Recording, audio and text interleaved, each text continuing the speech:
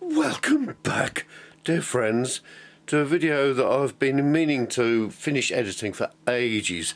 So here it is, Superglue to repair a G-Tech vacuum cleaner.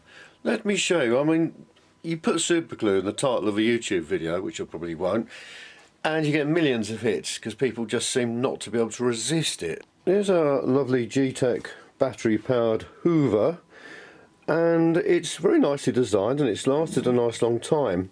It's got a bearing at one end that should fit in this, and that fits like that, and then you can push the end in order to get this out to clean any hair off it or whatever else. This is, sadly, it's glass reinforced plastic because I've been trimming a bit of the melted stuff down, but it used to be solid and it's slowly melted. The problem is that lots of floof and dust and hair and other filth get into this bearing on the end because it's not protected enough. Then they seize it up, then it starts spinning around, and it just causes so much friction it then melts the injection moulded holder, the bearing holder. So I'm going to clean all that floof out and then get that bearing turning again as a first step.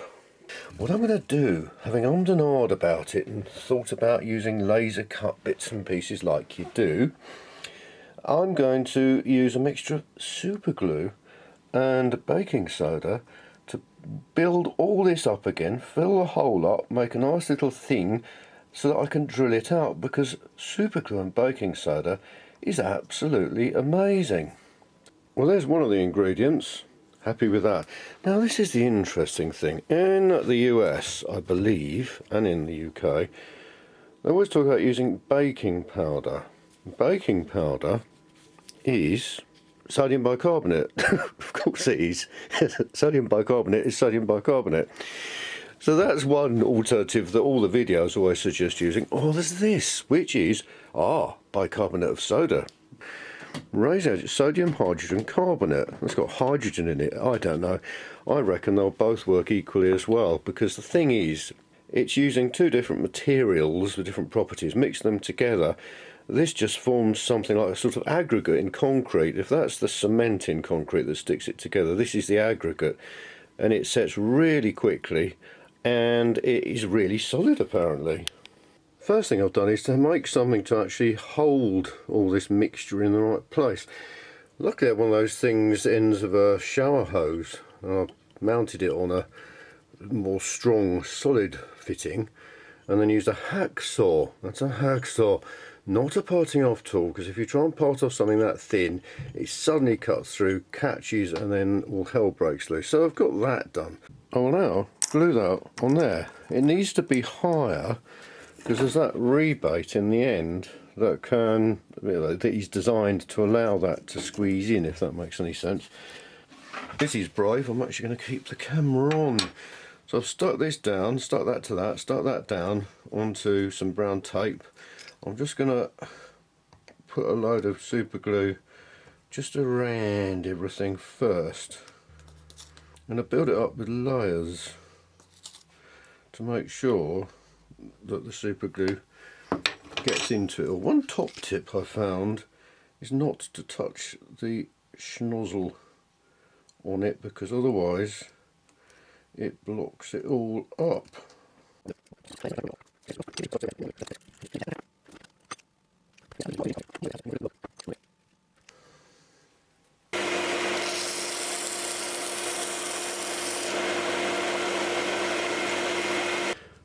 Now the bearing is 9mm diameter. In fact it's 8.9 to allow for clearance, so I'll get a 9mm drill. The next big problem, which could pose a recipe for disaster, is in the centre of this I need to drill the 9mm hole. Now I could mark and measure it, but there's this raised piece on this side which hopefully is large enough to be gripped by the lathe.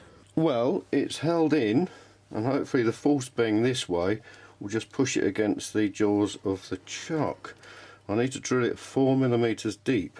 Safety spectacles, because if things go wrong on the lathe, they go wrong very quickly.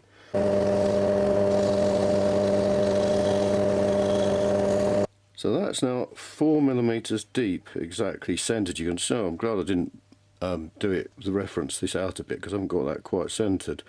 That should be perfect. So there's the hole, there's the bearing. Oh, that's gone in a treat. Lovely, so that pushes in. Let's see if we can get it back in the hoover. Forgive the filth, but that's what they're for. I got rid of my old hoover because it was just collecting dust. Let's try and put some electrotrickery through it.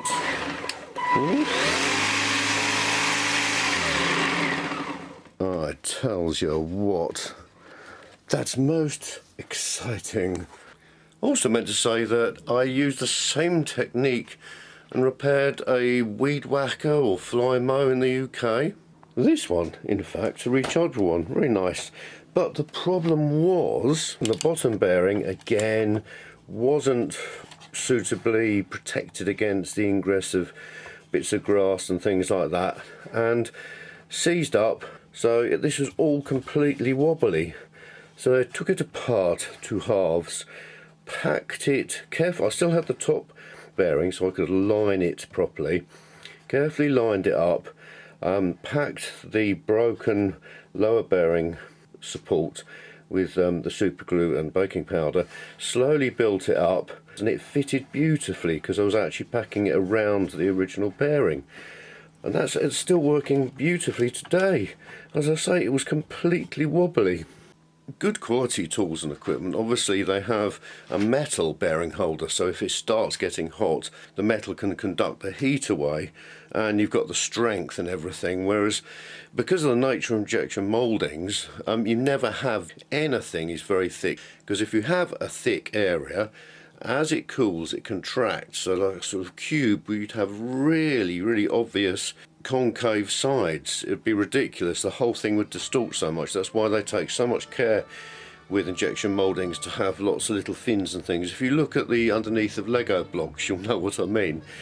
So hope that was useful. If you run into similar problems with bearings spinning around, then super glue and baking soda may help you out. Thanks very much for watching.